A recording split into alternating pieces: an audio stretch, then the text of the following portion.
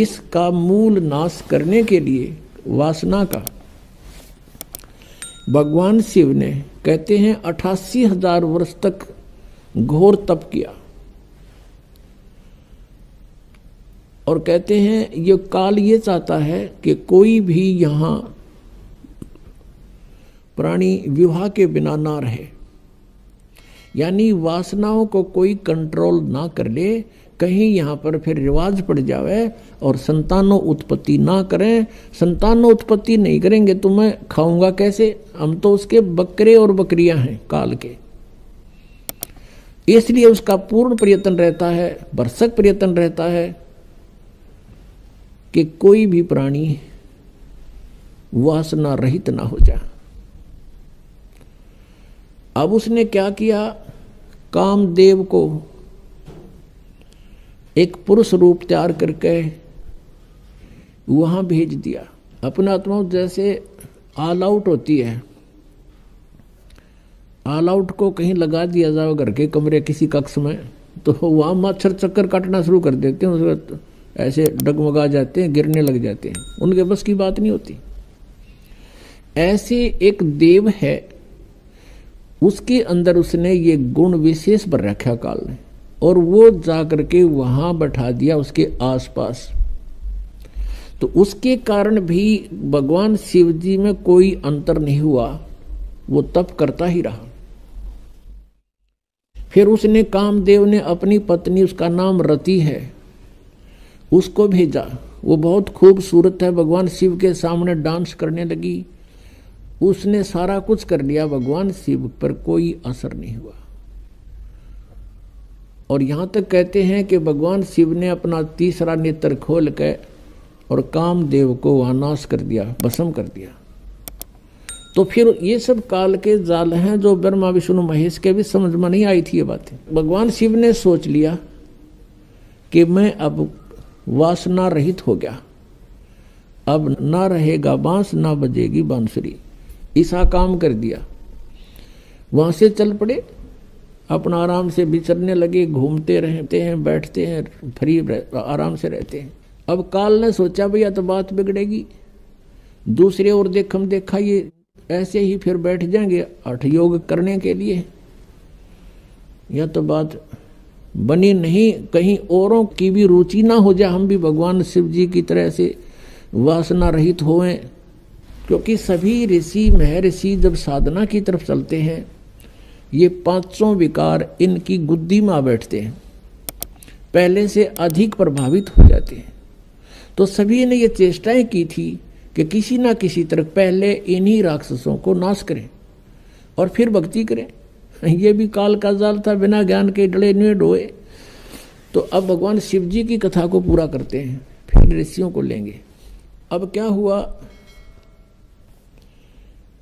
अब काल ने ब्रह्म ने सोचा ये और व्यक्ति नो सोच बैठेंगे ऋषि महर्षि, भगवान शिव ने तो कर दिया काम, ये तो वासना रहित हो गया और हम पीछे रह गए, कहीं वो भी जा समाधि लावें, इस तो पहला कर दूं काम। कुछ दिन के बाद शिव जी के अंदर प्रेरणा भर दी काल ने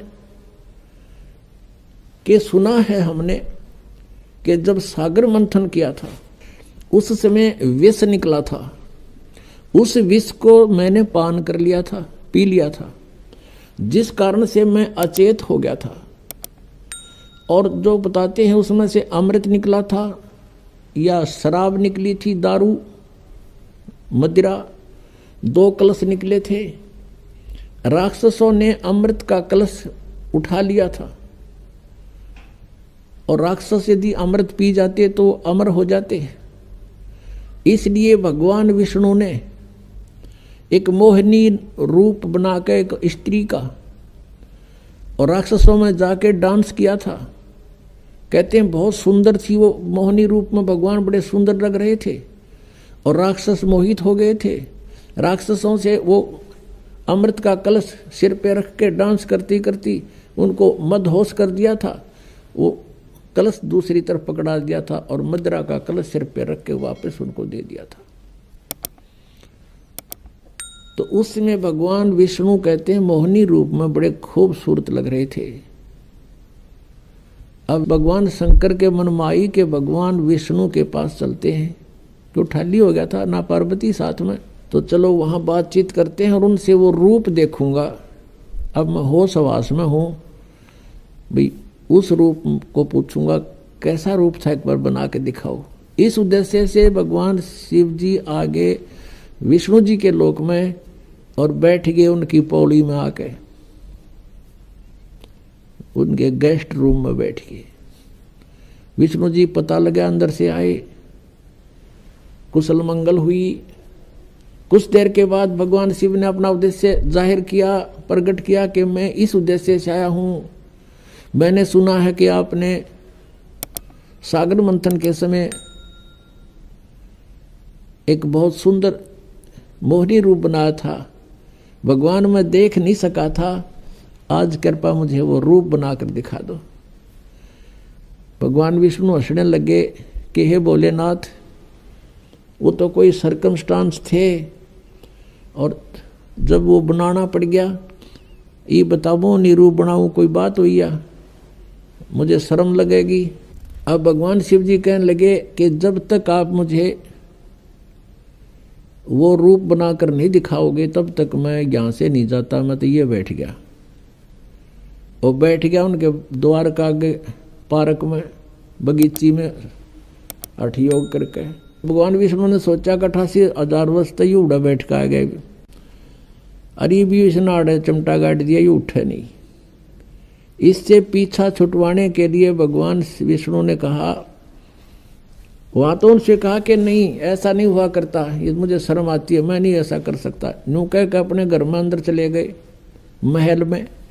वहां से अंतर ध्यान हो गए और उसी बाग में, सामने भगवान विष्णु का बाग था उस रेस्टोरेंट का, उसमें कुछ दूरी पर एक सुंदर लड़की का रूप धारण कर लिया। और भगवान शिव जी की दृष्टि जब पड़ी, भगवान शिव जी उठ कर चाल पड़े हैं और वो मोहनी रूप आगे आगे चलने लगा, वो पीछे पीछे। भगवान ने भी स्पीड पकड़ दी, अच्छी दो तेजी से चलने लगा और वो कभी वृक्षों से इधर हो जावे, कभी इधर से, और जाके भगवान शिव ने उसका हाथ पकड़ लिया। पहले भगवान शंकर पूछ रहे थे विष्णु जी से कि ईसा मोहनी रूप के हो गया, सारे बावड़े बना दिए वह राक्षस, उन होश ना रहे आग भी, तो उसने कलश भी बदल दिया, ऐसे कभी हो सकता है, न्यू कह रहे थे। तो जब उसने देखा भगवान शिव जी नो सीधे चल पड़े, लड़की तो ऐसे ऐसे चल रही है छड़ों से कांटों से बच के, और भगवान शिव जी सीधा कांटा में गौ लिया बाईपास, और जाकर उस लड़की का हाथ पकड़ लिया। जो ही उसने हाथ छुआ उसी समय भगवान विष्णु जी अपने रूप में खड़े हो गए और हंसने लगे। अग भोलेनाथ उनको नो मूर्ख बना दिया, जैसे इतने काटे भी ना दिखे, माँ छड़ा में कहा गया सीधा। और उधर से वह वासना कित गई, 83,000 वर्ष डरे ढोकाया तू, कहाँ गई वो साधना तेरी। इसके विषय में परमेश्वर कबीर जी कहते हैं,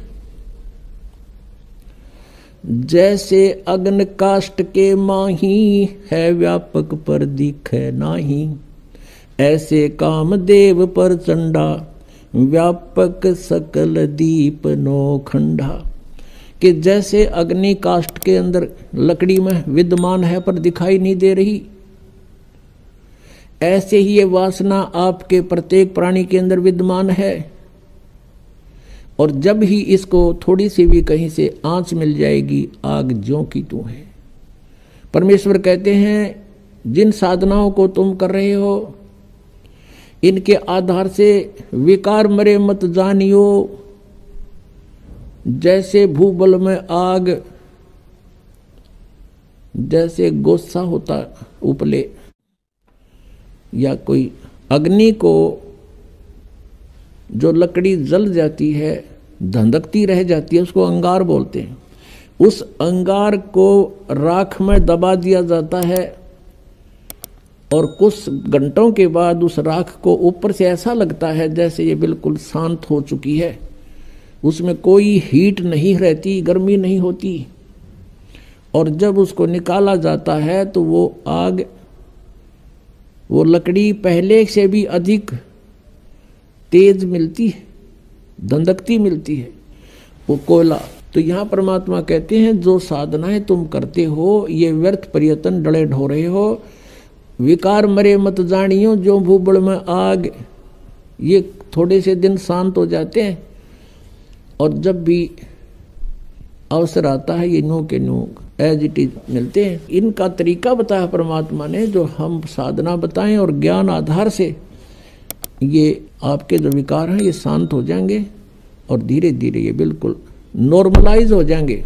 खत्म नहीं होते लेकिन नॉर्मलाइज हो जाएंगे और ज्ञान के रस्से से ये बांध दिए जाएंगे, फिर ये हिल नहीं सकते। अब कितना ही शरारती पशु है, उसने अच्छा करड़ा बांध दिया मोटे रस्से थे, वो करें जाएगा फूं फूं, अपनी थोड़ी बहुत रेंज होती है उसकी, तो वो हानि नहीं कर सकता। ऐसे ये परमात्मा के ज्ञान से और इस भक्ति की शक्ति से ये ऐसे कंडम हो जाएंगे। ये बकवास करेगा, मन की आदत है क्योंकि किस ब्रह्मांड का स्वामी है, लेकिन इस ज्ञान रूपी रस्से से ये इतना तगड़ा बांध दिया जाता है ये अपनी मर्यादा को लांघ नहीं सकेगा। सत सोही।